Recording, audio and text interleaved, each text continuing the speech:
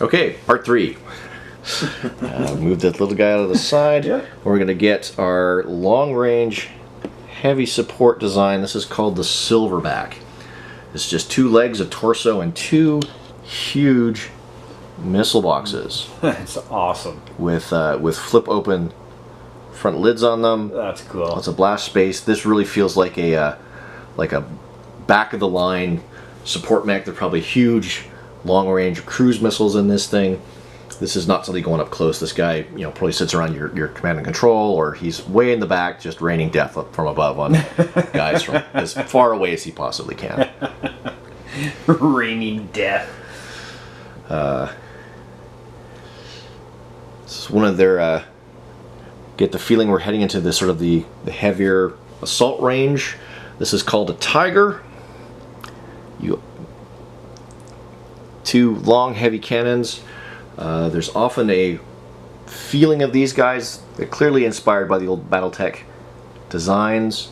The Warhammer, I think, feels quite heavily influenced here with a lot of these no hands. Big one, everyone will notice, there are no hands on any of these mechs. They are walking gun platforms. No one has a hand. Yeah. There are no manipulators. They are not Asian style, mechas that were repurposed for other games. These are all dedicated war machines. Yeah. Okay, so now we're moving into the heavies. These guys are part of the batch that,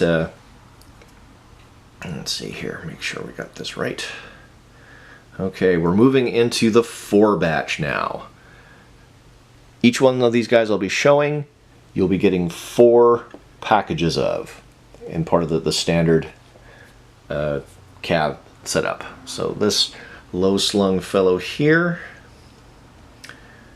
4 of each of these guys. Yeah. There's a lot in this package. Now I bought some extra paint. I bought the basic kit and a couple extra $5 batches of some of the armored vehicles just to sort of round it out to an even $200. But yeah, it's quite the range of guys. I could fill a whole table with one hell of a combat force ready to go out of this. Wow. Here we go. Because even just one of each is a lot, actually. Yeah, they're quite big. I'd say these are half again the size of standard battle mechs. I think they're 1 to 1/64th scale, so 15 feet per inch, something like that. I'd have to look it back up again. This is a Mantis. So actually, my mistake. This is still part of the 2 batch, so you won't be getting 4 of the Mantis. You'll only be getting 2. Low slung. You get the feeling he'll drop a lot. He's very reminiscent of Robocop's Ed 209. Maybe they did finally scale them up for military application, and this is the big daddy. Awesome. Next, we move on to this fascinating fellow right here. The Rifleman. Immediately, any of us old BattleTech fans can't help but think it looks like a Rifleman, even to the point of it having the radar dish here at the top. Reminder of some of those old designs, but it's hard to beat. 2 doubled cannons, both sides. This guy feels very heavily armored. Lots of big rivets, lots of big flat plates on him. They all have great geometry from every direction, and in many cases, they are posable. They will come on round posts. Not always. There's no really rhyme or reason to which guy gets what, but many of them will actually have a torso twist and have a post positioning for the gun. So if you're painting these guys up, you might want to think about leaving those options open so you could actually do a little bit of posability on the playing field. Next, we move up to one of the odder designs here. This guy here. No way. Low and fast. For whatever reason, now he's called a centipede. No, he's not a centipede. No, he's a wyvern. Okay, this is the wyvern. The classic 2-winged flying lizard. But I can't help but think this is what happens when you get near the end of a military conflict and a country is running out of resources, so they repurposed a bunch of combat airframes and put legs on them and push this mech out the door as fast as they could in an act of desperation. And for some weird reason, it worked. The combination worked. Long, narrow, guns. You get the feeling this guy's pretty fast. Hit and run options. Small, even a chin gun under the side there really makes me think someone put a combat airplane on some legs and made it work. Huh. Cool. With dedicated styles, this one probably has the most old school anime kind of vibe to it. This is a Tiamat. No arms on this at all. This is one of the only ones that comes with just a batch of missile pods on a main torso. A little bit more rounded armor that you don't usually see. A big heat dissipating spike out the back. Really cool design. And again, because these guys are all in plastic, I figured they're easily moddable. If you really wanted to put a couple arms on this guy, some extra weapons from someone else, that totally could work. Yeah. Easily, actually. Okay.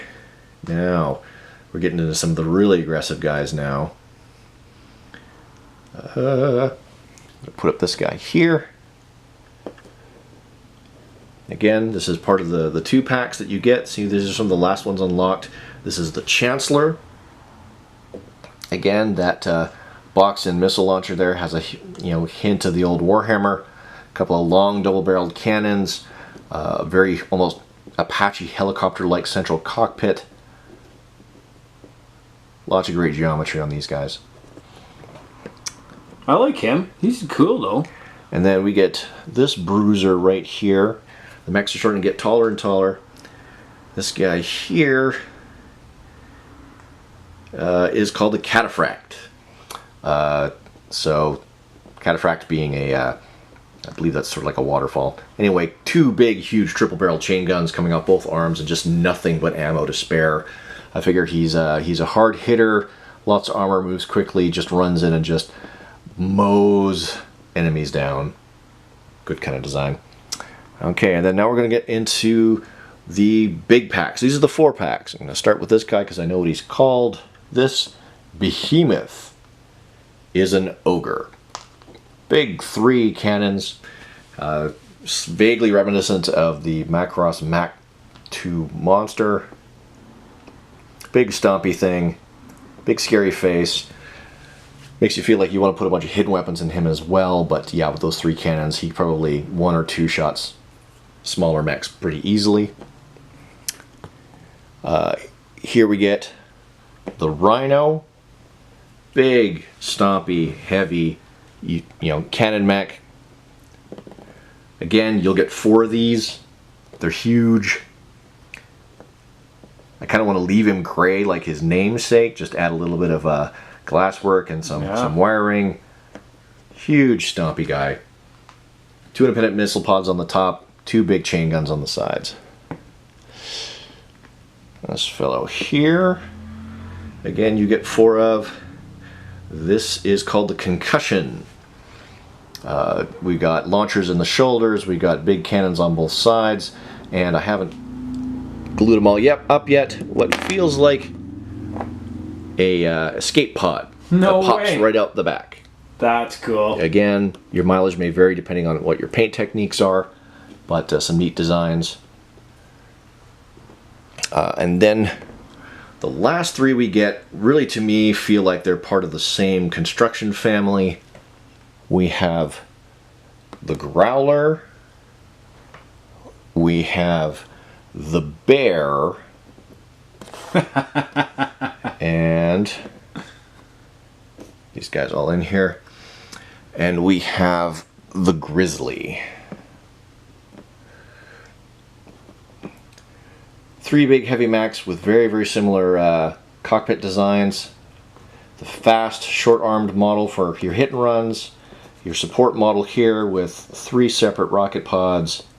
And then your main assault model, arm guns, and a couple of big shoulder cannons. Again, you get 4 of each of these. There's a whole opposing army right there ready to go. Easily. Okay.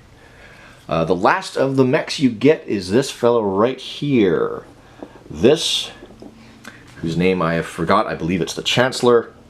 This was the gift to us for the fact that the delivery date was delayed by nearly 12 months. We get 2 of these. It is the only mech that comes pre-built, and oddly enough, he is a resin cast. All the rest of these are the typical, flexible PVC designs. This Chancellor guy comes hard resin cast, but he's the most sci-fi looking, and you get 2 of them. You get them pre-made. They were included as a gift to as a consolation prize for the fact that the shipping was delayed by nearly 12 months. Awesome. Okay, so we're going to take a quick break, and then we're going to come back and we're going to do the vehicles that come with this batch.